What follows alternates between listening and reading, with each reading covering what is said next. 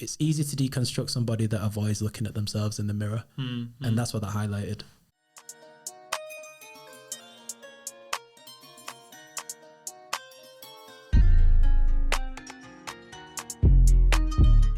Bow. Guess who's back? Who's back, man? Yeah, only the coldest. Only the coldest, season 2, episode 2. You see, we're repping the ice white today because we are the freshest, fresh to death. Yeah, man. So obviously, you noticed the angle's a bit whatever. We're still trying to figure this thing out, but it's good vibes, and I like it. I like in the space, innit, brother? Yeah, I'm messing with it, man. Season 2, it's a new settings, man. It's like it's comfortable. It's professional. We build something right here. I like it. I feel like I'm a radio host and everything, man. Like this. So, what's on the agenda then for today, man? What we telling the people? Over to the weather with Steve. Well, the weather is Manchester. It is actually minging, innit? But I quite like it. I'm quite enjoying this time of year. Like I'm starting to feel very cozy at the moment. Yo, that's it's calming, innit? It's calming. I've noticed as I've gotten older. Yeah, I say this. I like the stormy weather a lot nowadays. It's like as much as it's an excuse to sit inside while it's raining and just watch out the window. I don't know. It's just cozy. I like the cozy feeling. You get me? Snuggle up with the candles on and that, and you know, have some chocolate and that, and just you know, just relax in it. So it is for me, but it's like you know, I've got into running this year, innit? Yeah, so you said. I'm running quite a lot now in the evenings, and running in summer's annoying because you know them man who like to run with the tops off and the little shorts on. And it's like you are doing too much. Like you ain't running you ain't running that fast that you need your aerodynamism to be that good in it. Like you just want to take your top off. But come the dark months, yeah, no one's running. No one's running. Only the people who really are getting at it are at it. And but it's just sick running, and it's kind of freeing in a sense. Yeah. It's running against the elements, bro. It's like it's proper. Like it's been after 5 minutes, you're not even cold anyway, man. No, not at all. Anytime I go out in a jumper, I'm always end up regretting it by the time I'm at the end of my street. Yeah, man, proper that. I'm trying to get into a bit more physical fitness. You know, we're getting old now, innit, G? You get me? Gonna wake up one day and bleh, you know what I'm saying? All the skin's gonna be loose, G. Man's gonna have wrinkles, gonna have a belly I don't even know. So, yeah, man, it's time to get on this physical thing proper, man. So I rate that. Go for runs, man. Go for runs. It's cool, innit? Yeah, it is, man. Drink some water, go for a run. I want to do some, like, 10Ks and that next year. I mean, I've done, 10K a few times on a run, but I want to do, like, a 10K like an event. Yeah. I actually did my first group run this weekend. You're active then, innit? Yeah. Okay. It's this thing called Park Run. They do them all over the country, and I think in other countries. And like you go running on a Saturday morning. It's at just a local park. It starts at 9 a.m. and it's like a 5K run. And I was like, I wasn't really sure about it because you're running with bare people innit? And it's like you kind of intimidating sometimes. Nah, look, I'm like these are all nerds. Nah, right, man said intimidating. Man said I'm superior to this shit. Yeah, it's just annoying. Just people getting in my way and stuff, and it being annoying. But that was my fastest 5K I've ever ran. So I was like, all right, maybe the what park was this? That was that one was at Alex Park. Yeah, man. They do them literally like all over. Everywhere, do you know what I mean? Any park that's big enough will probably have a park run in it. You just put something in my exercise, cut you off. You see how man's talking about running and all of this, because it brings to mind. I know another rapper. I know two of them. They move together, but I know one of them does the competitions. He's always posting at events, running. He's always got the number on his chest and all that. You know what? Yeah, let's start promoting that more, man. Like, how come everyone, in this music thing, everyone just thinks that we drink and smoke and just party all the time? Nah, man, we stay fit. You get me? We're promoting a new agenda, new age music. The fitness comes with it, bro. Are you gonna be on stage bouncing up and down like length out your head? It's not gonna work, innit? So get on the fitness, man. That's it. Now we're promoting fitness. You get me? I said, we gotta have a little fitness show. Jam hench me, watch this. We're good role models. You know what I'm saying? All that drinking on camera. That was season 1, innit? Yeah, we're done with that now. I think maybe. Nah, it's not this episode though. It's you know what I'm saying? No, so good, yeah. Nah, it is true. And some of them challenges and stuff. I was looking at Tough Mudder. I was trying to go for Tough Mudder this next year. But like the thing with Tough Mudder is it's like they have 2 different lengths. They have like a 5K one, Then like a 18k one, and I'm like, that's a bit of a jump, you know. Yeah, where's the 12k one in the middle or something? Check this as well. I found one, a 10k thing, and it's in like Lancashire, I think. Forest of Bowland is Lancashire, and it's a 10k, and it's on this like campsite. I'm like, all right, this is cool. I'm thinking I could book on this. They're like, we've got pizza and fires, and you can't. I was like, this looks lit. That's a vibe, yeah, man. Bro, it's a 10k that you run every hour on the hour for 24 hours. It's not a 10k, it's a 240k. What are you talking about? Is this? Where did you find this, bro? Some normal-ish website, bro. Just the normal one has the Manchester Half Marathon, the Knutsford Half Marathon, and then this absolute. This is some SAS training thing. This is the man on TV who do the Wild Jungle thing, the Bear Grylls thing. Man said 10k every hour on the hour. Fuck off. That's wild, man. That is wild. No one can do that, bro. You gotta be insane to do that. Yeah, that's just wild. I think some of these guys are, man. My boy has done a bit of like the SAS training. It's not really a SAS training, but he's been a few boot camps. Done some of like the routes that they do over like some of like the cross country and stuff. The trails and that. Yeah. Big backpack carrying, slanging and all that. Yeah, if I had to, but you know what? I give thanks I don't have to. Bro, if I'm getting chased over them terrains, I'm getting caught. I'm gonna be honest. Like I ain't getting away. Like depends what the circumstances, but I ain't trying to be doing that on them terrains anyway, mate. It's near the coast and that. You see that man when they jump in the sea and that, bro. Too techie for me. I just stick to riding my bike, you know. Do you know what? Yeah, it is a different one. Bro, yeah. Do you remember when everyone was saying, "Do you think 100 man could beat up a gorilla?" People are still saying it, bro. I once seen one man. I don't know, you know. One single man with a backpack up about 100 people on his own. So I don't think he was tougher than a gorilla. So if I had to run away from 100 gorillas with baseball bats, I probably still wouldn't manage to escape. Nah, we're done, bro. We're cooked, man. We're cooked. Do you think 100 man could fight a gorilla? Bro, I'll be honest, I don't think so, you know. Them motherfuckers is strong, bro. Can I be real, bro? Go on. I think if you're willing to be one of them 100 man, bro, you deserve hell. Why are you rolling with 99 guys to go beat up a gorilla? You're a piece of shit, bro. Yeah, that's why. Yeah, leave that gorilla, like, they're endangered anyway, bro. Like, just let him go. Like, you know, I think it makes me sick, bro, that people are out here doing this, like, trying to, like, just leave it alone, gorillas, man. Like, the reality is, yeah, everyone knows in a one-on-one they've got no chance against a gorilla. So stop moving like a chief trying to run up 100 man deep to beat up one gorilla. Like, so you think they could then? Is that what you're saying? I think I'm rooting for the gorilla. Because honest, I think a gorilla could just beat him up in 2 seconds, man. It's not going to take much for it to throw you out the way and clear the other 99, is it? So I don't feel bad for the gorilla, man. The strongest argument I've heard is once that first 4 or 5 guys get mutilated, the other 95 are running off. And that, you get me. It's a gorilla, man. Maybe if they all jumped on him, they maybe could get him still. 100 is a lot of people. But I just think, bro, like... A lot of gorillas, man. Stay out the jungle, and stop cutting down the trees, man. What I mean? You know what I'm saying? Like, plant some. Makes me sick, bro. That's jokes. So that's life, when you know. Yeah. That's what we're doing when we're not rapping. Yeah, man. We're out here with gorillas training to defend them. Yeah. People know that. Hey, man. People seen us about. We had a busy year, man. Few busy events and that. Do you know what I mean? So. Yeah, it is. It's wrapping down now. Like, I don't think that's the phrase. We're winding down. Have you got anything else you're excited about for the rest of the year? That's not fighting gorillas. Nah, I just got a bag of features, you know, just a few different people want some verses back and that. We've got some stuff in the works with others as well. So, just polishing up stuff, man. We might, Ice and Cave might have another setting for you in a few weeks, you know what I'm saying? Keep the sauce sprinkled. Pause. Just keep dropping sauce. Drip. Something, man. Fuck, I do this every time. End of the year, and just get some life stuff together, big man. Get some life stuff, you know, improve the credit score type vibe, you know.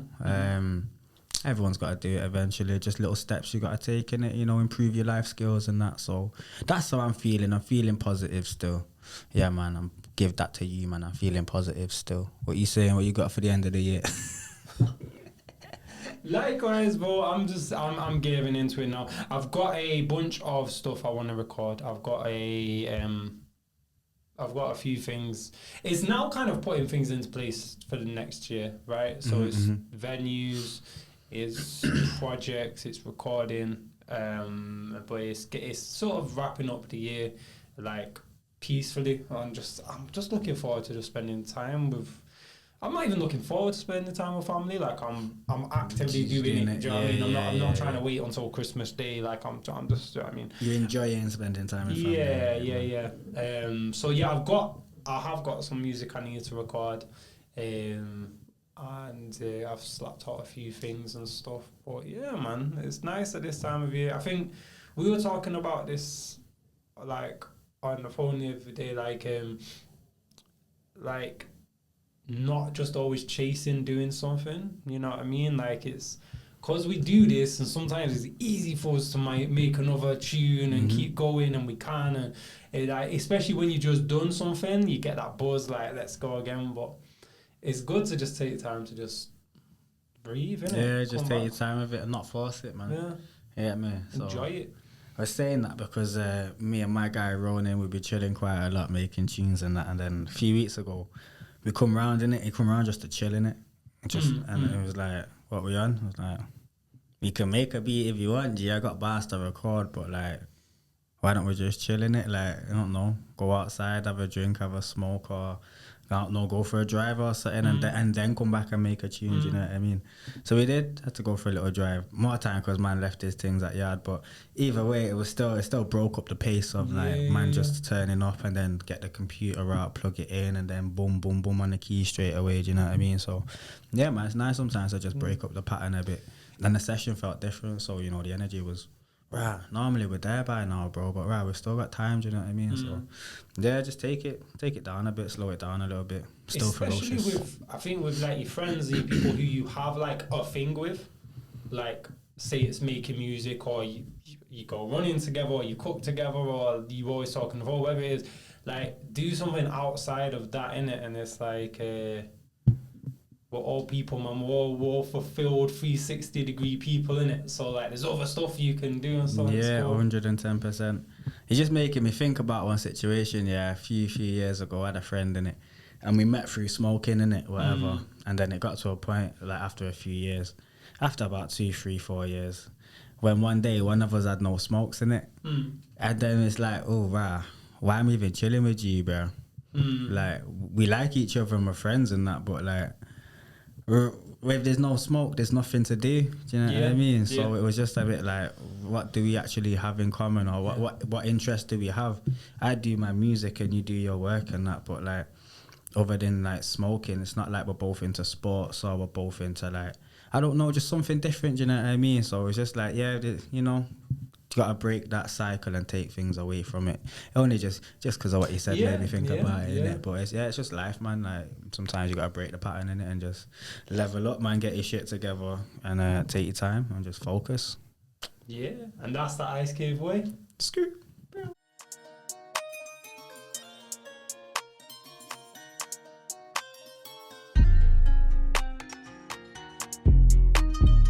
So, Cave, your introducers, we sat with a very special guest today. Yeah, man. Once again, we've got our second guest ever. We've got a former academic, current MC, published poet, dub poet, artist, general creative revolutionary mind, North Manchester. We've got J.Chambers. Yo. Got no crowd to give you enough applause. Thank you, bro. Nah, thanks for having me, man. This is a cool platform that you guys have built. Obviously, I respect the work that you do as MCs and creatives. So you don't know, it's always love. I appreciate that, man. Same, likewise, man. Likewise. Yeah.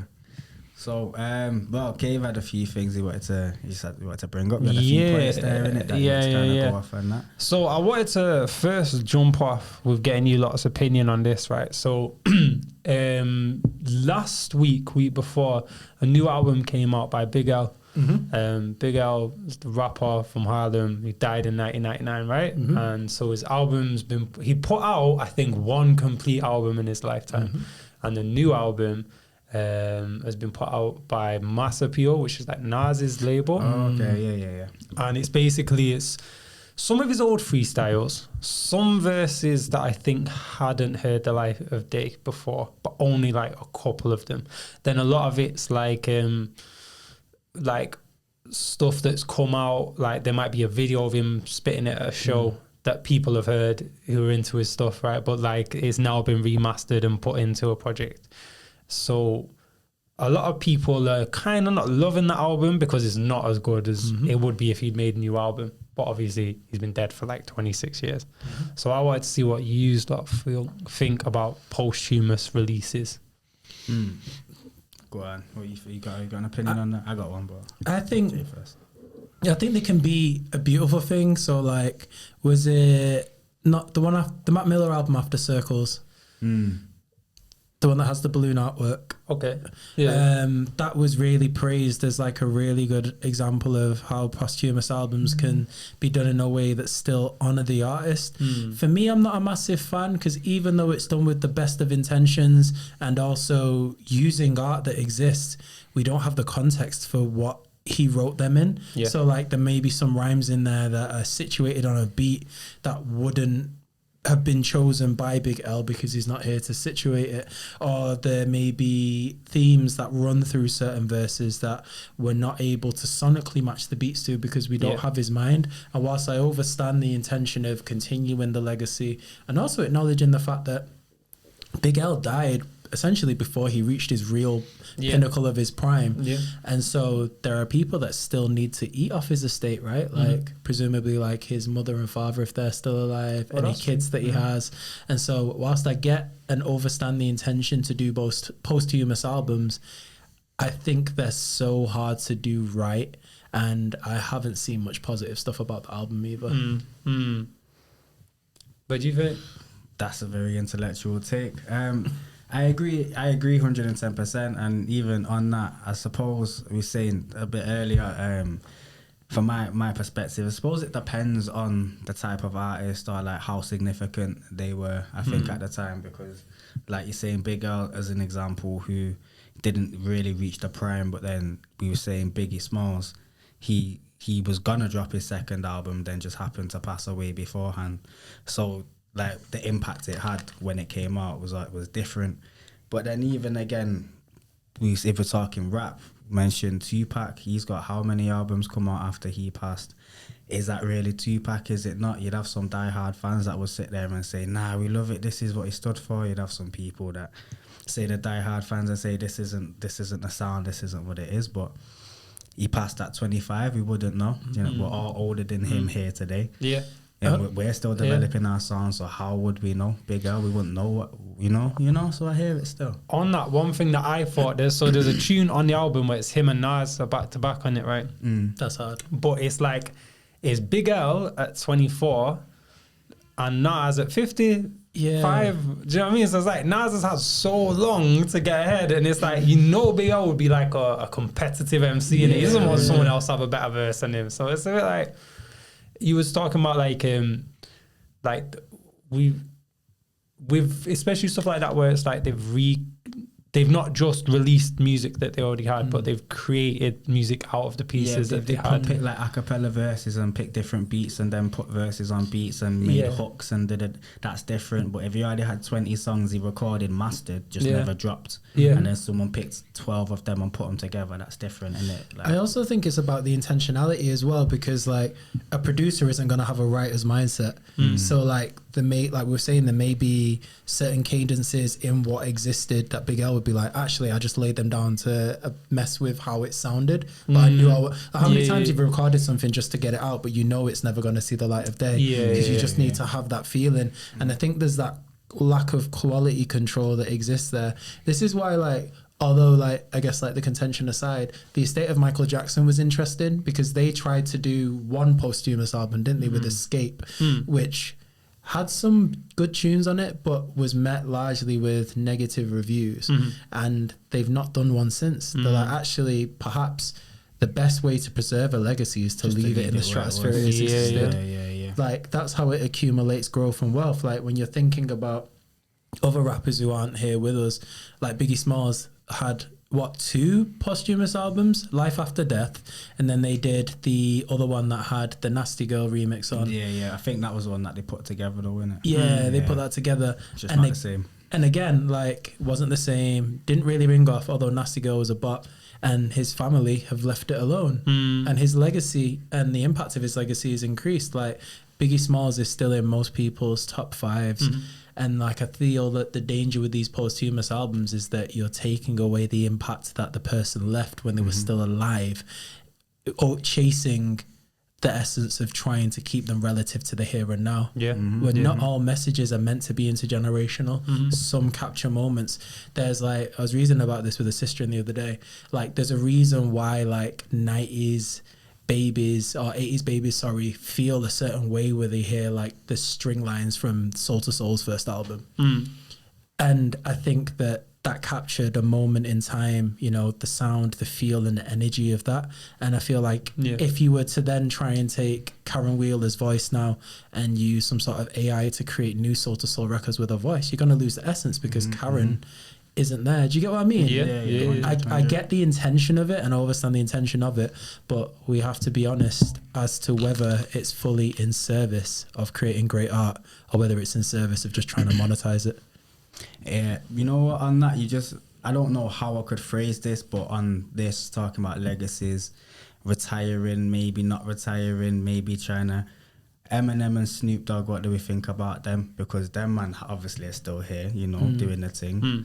Give thanks and all of that. But at the end of the day, like, some people have said maybe Snoop Dogg should have stopped rapping in the 90s, in the 2000s. He should have stopped when he endorsed Trump. People have said Eminem should have stopped rapping in the 2000s, but then look, now it's been 10, 15 years since them man should have started rapping, and now people are fans again. Like, you know what I mean? Is it a cycle of times? Is it trying to capture that essence, like you're saying, and keep it for now, even though the sounds change in times? Like, what do we think on them man? Do you think them man should have stopped and left it?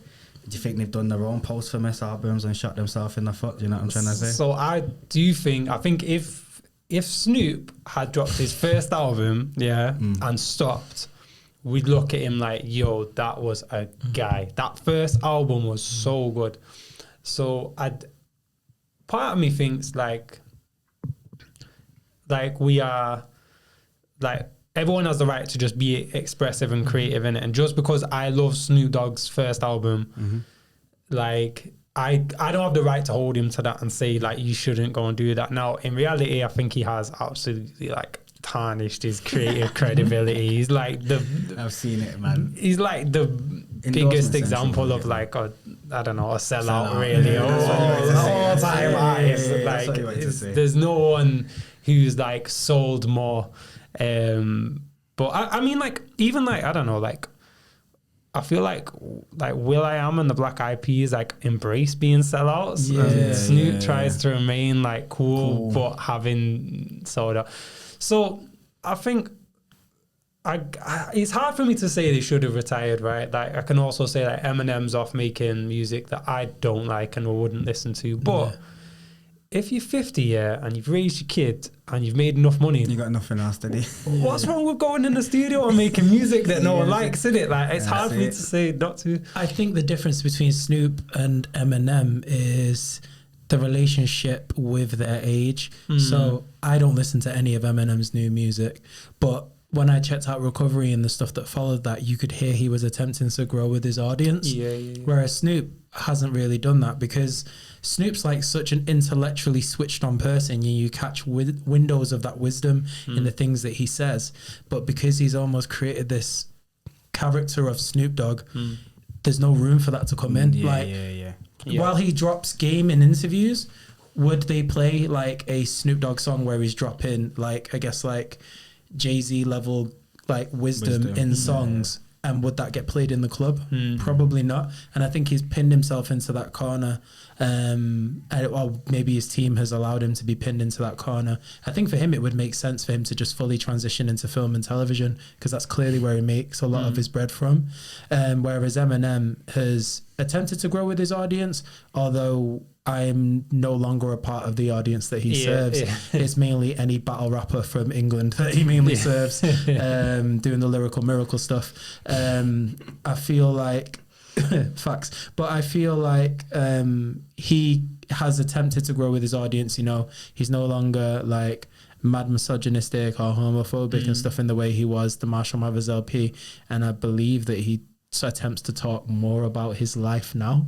Like, well, the new album that he did was like the death of Slim Shady, right? And so he like brought back the Slim Shady character, and it's like him like battling that. So it is him like really like engaging with like, also maybe the fact that was when he was more critically successful and stuff, but it's stuff that you look at now like 50, like why was I doing that and stuff. So it's like, I think they're like, both ends of the same midlife crisis. Yeah. There's like again, being respect to legends, but it is like we have, as we grow older. Yeah, but there's a time and place for everything. Yeah, of course. Sometimes it's your time to just sit on the porch, man, and let the young gunners come do the thing, innit? You know what I mean? As we grow older, we reflect and we change, and I feel like we see artists doing this. Like Nas dropped Life Is Good so that Jay-Z could go on the self-exploration that led to that 444 album. And it's ironic that them two had to trod that path first. But, you know, we can see that Eminem's wrestling with that, like making stuff that's age appropriate and reflecting where he is now. And we can see that Snoop probably feels like he wants to go and do that, but then can't. I feel like growing with your audience is super important. I mean, like, we even see that issue in UK rap. Like, there's so many rappers that have struggled to grow with their audience, and then you see that the light fade. And because like when you first burst on the scene, if you're talking about gal in the club or whatever, that's cool. But then like once you get to like once you're the oldest guy in the club, innit? Like it's not post 25, no one's trying to hear that. Like want to know like, yo, we're trying to get houses, trying to get cars, trying to make sure family is good. Like, you know, give me some game. You've managed to make it over the fence, but you refuse to put the ladder back down. It's weird. God damn, this guy stage dropping. Like, quote that one. When he says that, he's gonna put that at the bottom of the screen in quotation marks. J.Chambers. Sorry. I was listening. I was listening to an interview today with Deneo, and Deneo was saying, they were like, when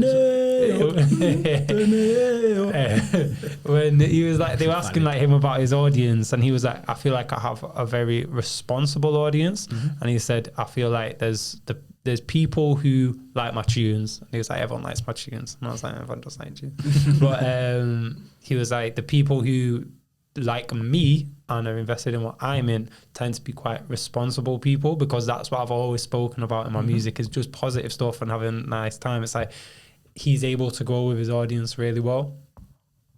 I think it shows, like, even like the positioning around his new album, which is hard, by the way, like that song that he did, Nights Like This, like he drew for Omar, British R&B royalty, and Lamar again, British R&B royalty, and then the UK house gospel choir as well. Like, he just formulates this music that takes you out of the situation you're in and makes you feel good. Like, no matter where I'm at, if that song comes on, before it's like an involuntary reaction. You just start moving. You're like, yo, I'm in Tesco right now. Like, why am I bopping and rolling in Tesco? This is crazy. And I feel like he's a good example. I also see that he's started doing, I don't know if you guys have seen this, but he does like Bible scripture readings on a Sunday on his Instagram. Okay. And like, that's such a hard thing to do at this time. Like, people's relationship with faith and their own spiritual journeys, particularly in light of where the world is at, is such a contentious subject. And the way that he handles it, and the way that he actually has a captivated audience who are, he'll read a particular scripture of the Bible. So the last time I saw it, he was discussing Genesis, and then they're just talking about what this scripture means to them. I'm like, I don't think there are many artists who could actually do that. Just hold that conversation. And it's not like about like whether someone subscribes to Catholicism or Christianity or whatever. It's just like, yo, I'm reading this and this is what I feel. And I'm like, that's a really cool thing about the way that he's positioned himself. And I didn't really understand why he was doing that until you spoke about the responsibility that sits within his penmanship. So yeah, it's cool to see. I think it's interesting because the next person I was going to talk about is Akala. I feel like Akala set himself up in a way he's really able to grow with his audience, where he's moved away from I mean, I don't know if he's dropped a song in like I've not checked on 15 him in a years while, or to be something. honest. Like, I hear that he has stuff on the drive in it. I bet he does. Yeah. There's 2 or 3 producers I've worked with that have unreleased music of his that Yeah. he's just not put out. Yeah. He's not interested in doing it, I guess, But because he's- he's making books. He's writing books and plays and stuff. So it's like, but like the people, but even like when he was doing like the fire in the booth and stuff, as much as like one of his biggest things is that video of him and Tommy Robinson in it. Like that's like you've got like that's like one of his greatest hits is him having a conversation. So it's like it's having that thing where you're able to take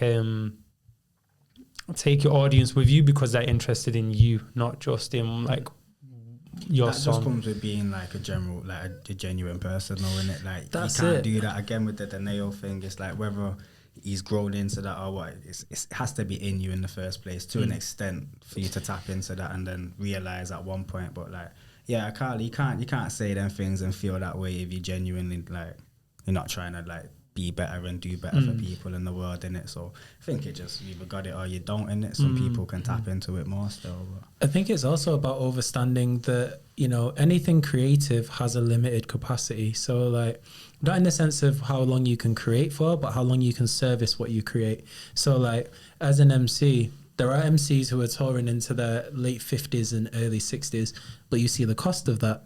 Knee replacements, hip replacements, just being real. Like artists having to take time off. James Brown was like on double crutches by the time he died, but he had mashed up his knees because he's doing that stuff till he's old. And touring that takes its cost on your physiological health and your mental health, and we're seeing those lose a lot of legends. So I think it's about like being honest with artistry and almost like creating a Venn diagram where it's like you as the artist, you as the human, you as the artist, you as the human, and then the circle in the middle would be your values and passions. And like if all of those 3 are in alignment, you're able to create that longevity, because the difference between like Caveman and Black Ice, and then I'm not going to air out your government names, but then like your actual government names, people, Gary and Steve. between Gary and Steve isn't different. Although you have different names, you're still the same people with the same values, the same principalities and interests. So you leave yourself room to grow. But like if I'm coming out and I'm just rapping about misogynistic things and I'm not like leaving that room for me to grow, like we're saying, no one wants to hear me telling girls to shake their ass like beyond the age of 25. No one wants to hear about how I'm selling rocks or doing whatever like the age of 35. It's like go job center and look a job, bro. man. Well, see, I would listen to someone 36 rapping about selling crack if he was or she was saying like, yo, I fucked up my life.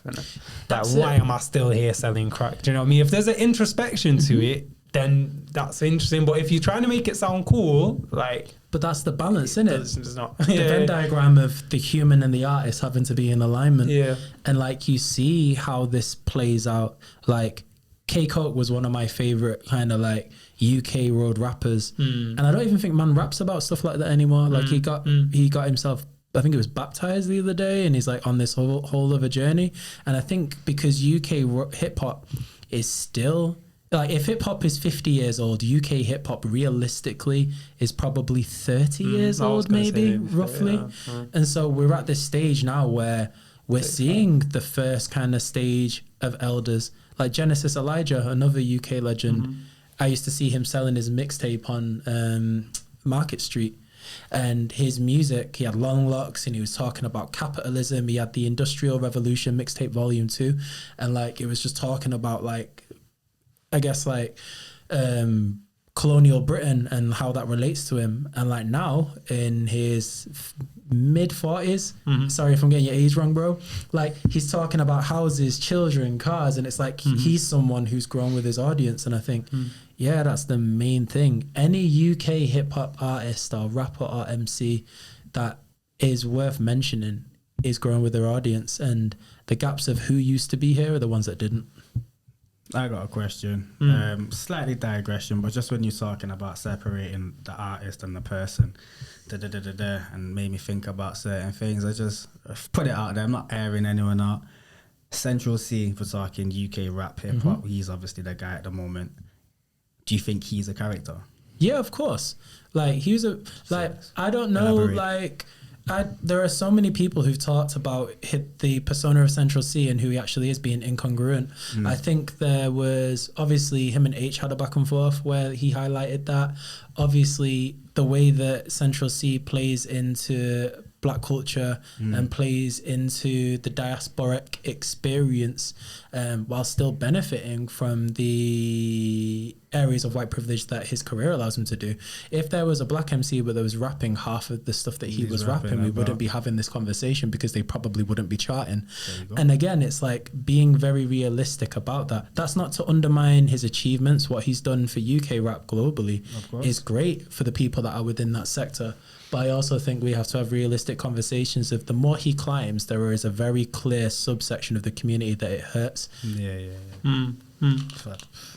This guy, man, yo, I feel like I can't even interrupt you, bro, because he was just chatting, bro. Oh, please do, bro. I'll get myself cancelled. Nah, but like, people need to hear that's why we got Jay on there, yeah, because Jay just come and say some stuff, and he's not saying anything you haven't heard, but he's saying it in ways that make you deep it and make you think about it different, you know what I mean? So we need that. So yeah, just on that note, we're just, talking about ourselves and artists and separation. I just want to see what you'd think. I know you have a strong stance on Black culture and that, and a lot of people like Central seeing it are like, bit like the Drake culture vulture vibes, but that's a different one. I don't want to set you off there. What's weird to me as well is like how a lot of these guys just make their career off disrespecting Black women, and then it's like we're surprised by the chickens coming home to roost when they say problematic things. Drake has been problematic for years, hanging around youths and has shaky guys in his cypher and things like that. People have been watching. But it took Kendrick to be like, oh yeah, have you seen all of this stuff that we've been, like, people who are tapped in have been collating this information and understanding who my man is. And again, but then there isn't uniformity in the outrage that exists because Drake is still very much beloved in the Caribbean community because of the way that he puts on Popcorn and the way he puts on vibes. I think Popcorn's Unruly End is an imprint of the OVO records. So it's really hard. And then it's also being honest about, I guess, like from a honest perspective, could there be a colonial lens to that? Like it takes a Canadian artist who grew up in middle class Canada to Jewish parents, who was successful. A successful actor, had a platform underneath him to then be able to finance his music, to work with the producers to get in this position that he has, to then go and uplift the community in Jamaica, which is brilliant that he did that. But then also it's like, well, why did it have to be Drake and why couldn't it be somebody else from there? There are countless, UK MCs who have made money off that culture but haven't uplifted it in the same way. So Drake's kind of like a double-headed coin for me. It's like, he represents part of the problem, but then he has been some of the solution. How much he's done, it's like, you kind of weighs itself out, doesn't it? But it's still not good at the end. He's still a shaky guy because we bun out people who do badness to children and women. I think Drake's interesting in terms of the conversation we've just been having because, like, we talk about we've got Gary and Steve, yeah, and then we've got Black Ice and Caveman, yeah. But in Drake, he's got like the Drake cinematic universe on his own. You've got Aubrey there, yeah. That's a bar. Do you know what I mean? Like it's all just him, like DCU. It is the DCU because it's you've got like flipping Jamaican Drake, you got London Drake, you got South African Drake, you got New York Drake, Atlanta Drake, all these guys, the white Drake. Do you know what I mean? Podcast Drake. He's like this. So it's interesting, and I think that's maybe why he's still part of why he's still beloved in some ways. Part of. I think it's a bit of an anomaly in it. He's like a once in a generation. Some people not see him you, himself, but the things he's done in it. It's like a lot of hip hop artists could only really ever dream to get that big and touch that many stages in it. So I suppose that's why people give him the credit. But I think it's a reason why I think maybe his audience hasn't grown with him because his audience aren't really connected to him, and it looks like he's done this and he's gone there and he's changed, but there's not clearly like a through line through all of this stuff, like from London Drake to Jamaica Drake. Like it's not like a natural growth. It's like the next season, the next things happen. So it's hard to follow through with him. It's because no one knows who he is. He like not as in no one knows who he is, but the actual person that Aubrey is. There was like, obviously when he first came out, he was like the humble kind of guy next door rapper, lover boy type then vibes. lover boy type vibes. Then he dropped So Far Gone, and then it was like, all right, I'm Drake. Then obviously he became more introspective Drake later on in his life. Then he became London Roadman Drake when he started hanging around. And, that, you know and like started dropping mixtapes with Future out of everyone, and not even on a bad thing, but just from So Far Gone and Thank You Later.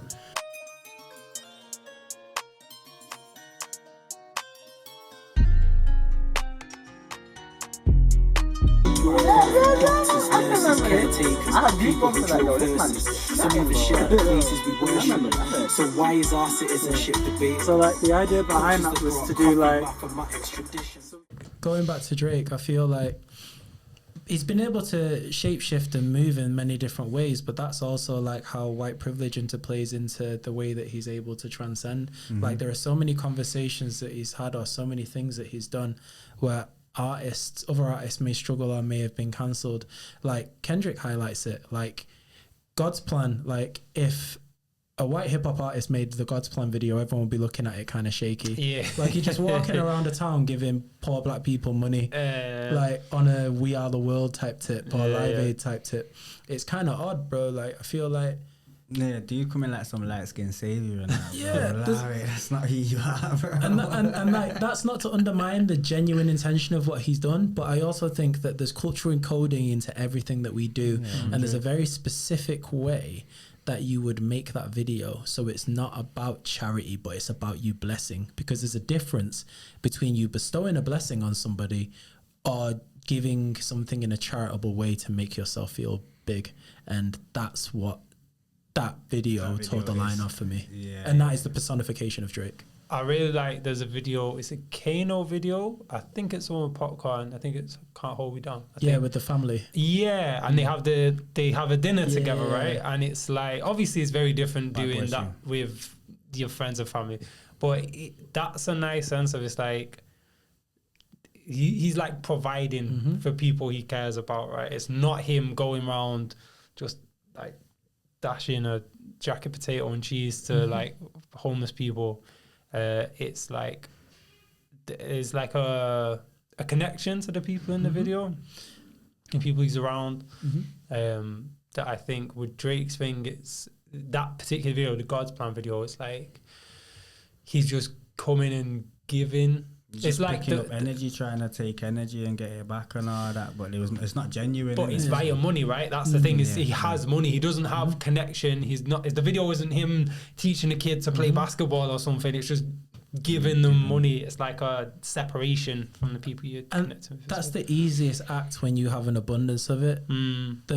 The biggest blessing you can bestow upon people is information. So like it's time, spending time and being and connecting with them. It's easy to just throw a man 10 grand and say good luck. You know? So if like you got it, when he gave like, wasn't there a student he gave the money to? Did he teach her financial literacy? So how to invest that money, make it work for her so that she probably wouldn't be in that situation again. Like when you look at like, say like Drake or like someone like J. Cole who does all of that stuff but silently, every so often like someone from his team will leak something for a PR tip, but he will just go and do that and spend time with people. Like I saw something the other day about how there was a woman who was going to do her degree, and like it was before he blew up, and he promised that he'd be there at her graduation. That guy showed up at her graduation, bro.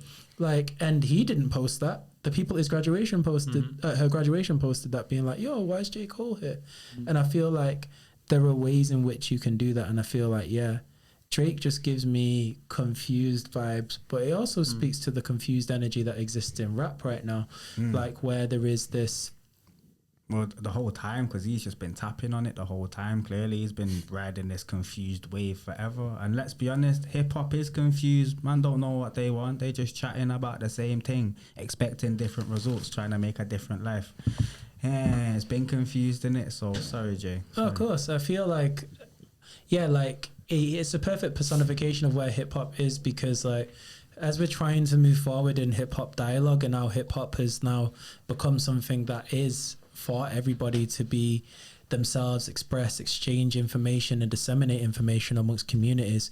It's also thinking about how privilege and some of these other social constructs interplay within that society, because hip hop isn't absolved of them. They're actually they're actually interwoven into the structures that exist within hip hop that allows it to be monetized. And I think that it's thinking about or being very intentional about those who are allowed or given the platform to represent the entirety of a culture without the understanding of the culture that they exist in. And I think that's what the Drake and Kendrick thing highlighted to me. Like, Drake could only attack Kendrick's money, his wife, funnily enough. Oh, you know, your wife, the first thing you're saying, oh, your wife might be with someone else. It's like, okay, cool. That's a bad situation, but also if that is true, like, that's all you got, bro. Like, life be life in, that happens sometimes. We live in a situation where we're presented with 4 or 5 million people on social media every week. Like, you know, those things will happen, not that it excuses it.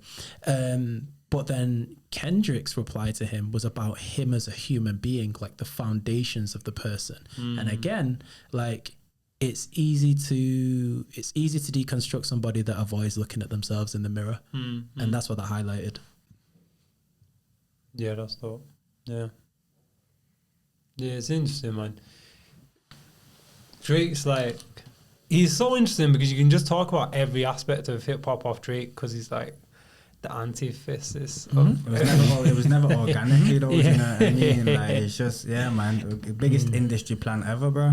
Yeah, been an industry plant past 20 years and he's flipping works, bro. You know leaking pictures of his tings online to try and distract from the conversation of what was going on with Kendrick, to then suing Kendrick, bro. Like, that was like the biggest Karen thing. Like, do you not think Jay-Z, when Nas dropped Ether and was talking about like his lips and all of that stuff, do you not think Jay-Z probably had a conversation with his lawyer, was like, yo, this is getting kind of long for man, can you do something about this? But he knew and understood that actually in the culture, it's just fair game, innit? It's like when you've done a battle, someone might have bested you in one thing, and part of you might be like, yo, I want to take it down. Yeah, but it's like, yo, it's checks and balances of rap. You like dust off and you get on. The fact that Drake's initial response to Not Like Us was like, yo, I'm suing everyone. I'm not even just suing Kendrick, I'm suing UMG, who he's also partially signed to, which was silly. And like, that being the first route to resolving that issue for himself speaks to me very loud and clear about who he is. Okay. You know what I've got from this whole conversation? He's just bored, innit? He's just bored. He's got everything. He's done everything. He's 40 and he's bored, bro. What he's supposed to do is completed life at 25. But again, wild. This is still not an excuse to be fucking up, though. Do you know what I mean? But then this is the cultural conversation, because many artists and people that no longer perform have foundations. Jay-Z opened a university in America. Like, Nas has Mass Appeal, which is not just acting and that, and do other things. Like Nas has Mass Appeal, which is an American label, but they're also doing really interesting things in India right now, because one of the biggest genres of music that is getting really big in India is hip hop, and no one talks about it. There are 6 spitters like spitting in Punjabi and Gujarati, and no one knows. Some Indian boiler room sets and that in New Delhi. And he's signing them all, and so it's like, yo, like, again, it's your you may have proximity to the culture, but if you're not situated inside of it, you're not going to be able to reinvent yourself within it. Do you know about No Name's book club? Yeah. She started that just shortly after the murder of George Floyd, didn't she? Yeah, I think so. Yeah, so it started out, she was just like recommending books. Like, she would post lists of book recommendations, and it's taken on this whole thing. So now they do like huge it's drives for literacy in prisons in particular. Like, they get funding by books and have these whole like programs and stuff going on. And again, it's not an angle of selling her music. She hasn't even put out a project in years now, but it's like it's that engagement and stuff. You know what I mean, it's that cultural value. The book community really love it. Like, I did a thing on TikTok recently where like, there's actually my missus who provoked me to do it. She was like, yo, I beg you, just give some reading recommendations on your TikTok and see how it flies. And like, even up to like coming up here, I think it's on 10,000 views now, but like, even on the way up here, like, people are just commenting, being like, yo, and it's become this thing where people are talking about books, and there seems to be this thing of like the internet being this amazing platform to share and disseminate information. And I think that we take the the opportunity that we have with it for granted, for sure. Yeah, definitely. And read books, yo. Yeah, man, read books. Buy books. Because I think I always think something I think a lot about these days is like sustained thought. Is being able, I think, because we're so bombarded with looking at stuff on like, you know, reels, and all reels are getting shorter and shorter. It's gone from, you know, 10-minute YouTube videos to 1 minute vines to 10-second shorts now. Like, I think we're being conditioned out of being able to sustain thought. Critical thinking skills are like non-existent. No one knows what to do anymore. I'm sorry to cut you off, but I've heard stories about like teachers, innit? They're in school with like a class of 8-year-olds, and like can't even run. Kids don't even know how to run without tripping up at 7-8 years old because they've never done it, because they've just been too busy doing up iPad for the past 5, 6, 7 years. No life skills, never climbed a tree, not rode a bike until 9 years old.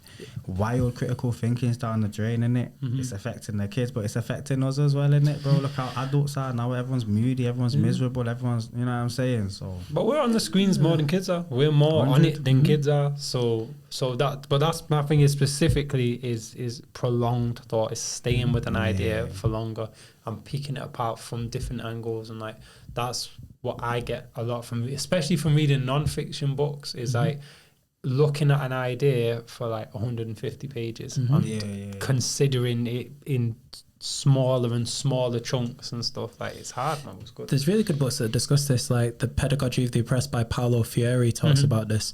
I feel like you've got to question like who this serves. Like, we understand that we're reaching a point politically where critical thought is becoming penalized, whether it's in the UK or whether it's in the US. So creating citizens that are ignorant in the sense of not being able to fully comprehend what you're speaking about, or having the ability or time or circumstances to be able to critically reflect. Because to be able to critically reflect, you need comfort. Comfort requires you to have a stable roof over your head. It requires you to have food in your tummy. It requires you to feel mentally well to do that. So creating a system that destabilizes that means that you can do if you and create about policy. The basics, you can't think about, you know, the more intellectual important things, and you can't look that far if you're worried about step one, innit? Yeah, man. And it's working clearly. And if like you're then hiding the problematic things that you're doing in policy, how many people are sitting and reading policy? Like Rachel Reeves announced that there are going to be changes to the UK budget as pertaining to tax. How many people have sat down and read that? You'll get it from a reel and you'll be like, yo, my tax is going up. But do you know what tax is going up? Do you know when it's starting? Do you know what reforms are coming in? Do you know what's going on with the stamp duty right now for those who are in the property game? Like, I feel like it's deliberate, because it's well known that intelligent people take freedom. So how do we do that? Well, we create like a generation of people who lack critical thinking skills. That's why it's important, like you were saying, to read and think, because it's not illegal yet. Although it soon come. It sounds like it's on its way, man. Like, yo, man, people getting in trouble over saying silly things, bro. So, you know, keep reading them books and keep their mind sharp in it. You get me? I agree. I hope you're enjoying the episode, because we're going to have to lock in for part 2 of this episode very soon. We might even need to get the Patreon popping before we discuss some of this stuff out in public. Can't get me cancelled without monetizing the platform in some way. Because if you're getting paid, it ain't cancelled, it's just rescheduled. But before we go, I want to thank you, Jay, for making the trip, being here with us. But I wanted to do one thing with you before we go, which is I asked you both, what is a song that when you was a kid that you misunderstood the lyrics to? My Neck, My Back by Kia. Yo, kids were listening to that in my school, bro. And like, yo, I swear they played it at school discos as well. And I was like, as a grown-up, I'm like, yo, like, as an adult, I'm like, yo, like, these teachers were at school proms letting this song play about this girl that's talking about eating nyash, and no one's like contextualizing it for me. It's like, but then it's like also like how a child is, where like my neck, my back. I was like, what else could she be talking about? So did you have a thing in your mind of what you thought she was talking about, or you just didn't really think about it? I just thought she had a really sore neck and back. Like she's been like lifting boxes at work or something. But then as like an adult, I'm like, damn, that was a whole moment. Yeah, I can't believe I admitted that. I've got That's one. a good one. But just on a honourable mention, there's a tune, I can't remember what it is, I think it might be a Vibes Cartel tune, and everyone's been singing it wrong for like the past 20 years. And then, I'm digressing, that one is a Sean Paul one actually. I'm gonna just put it out there, you know, and it's like Sean Da Paul. That whole thing, everyone thinks he's saying Sean D Paul, and it's like, nah, he was a cricketer back then and all that. So that's Sean Da Paul, innit? That's the one. So that's the thing. But my song, cut from the Weather Girls, It's Raining Men. Yo, I remember playing it back on SingStar when I was like 7, little PlayStation. Hard tune, you know. There's a 5-point tune. Bare tunes on there. But and I remember watching the video and everything. Whitney Houston was on there and all of that. But watching this video, this It's Raining Men, and it's literally just these guys with umbrellas dancing, and these men falling from the sky. And I remember looking out the window like, I've never seen it rain people before. And I still don't know what the song means to this. Like, is it just lyrics? She says, I'm going to go out and let myself get absolutely soaking wet. You know what? Say less.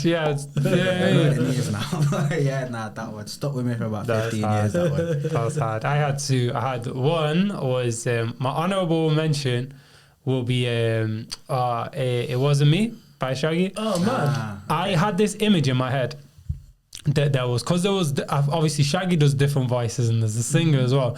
I thought it was this is how much of a kid I was. I thought it was a group of lads who lived together, but no girls were allowed. There's no girls allowed in the house, and they're like, yo, but I heard a girl in the shower. I seen a girl on camera, and everyone's like, it wasn't me. I don't bring girls in the house. That's such a vivid image of it. And the other one was Pussycat Dolls for Don't You Wish Your Girlfriend Was Hot Like Me. I was like, all right, I get that.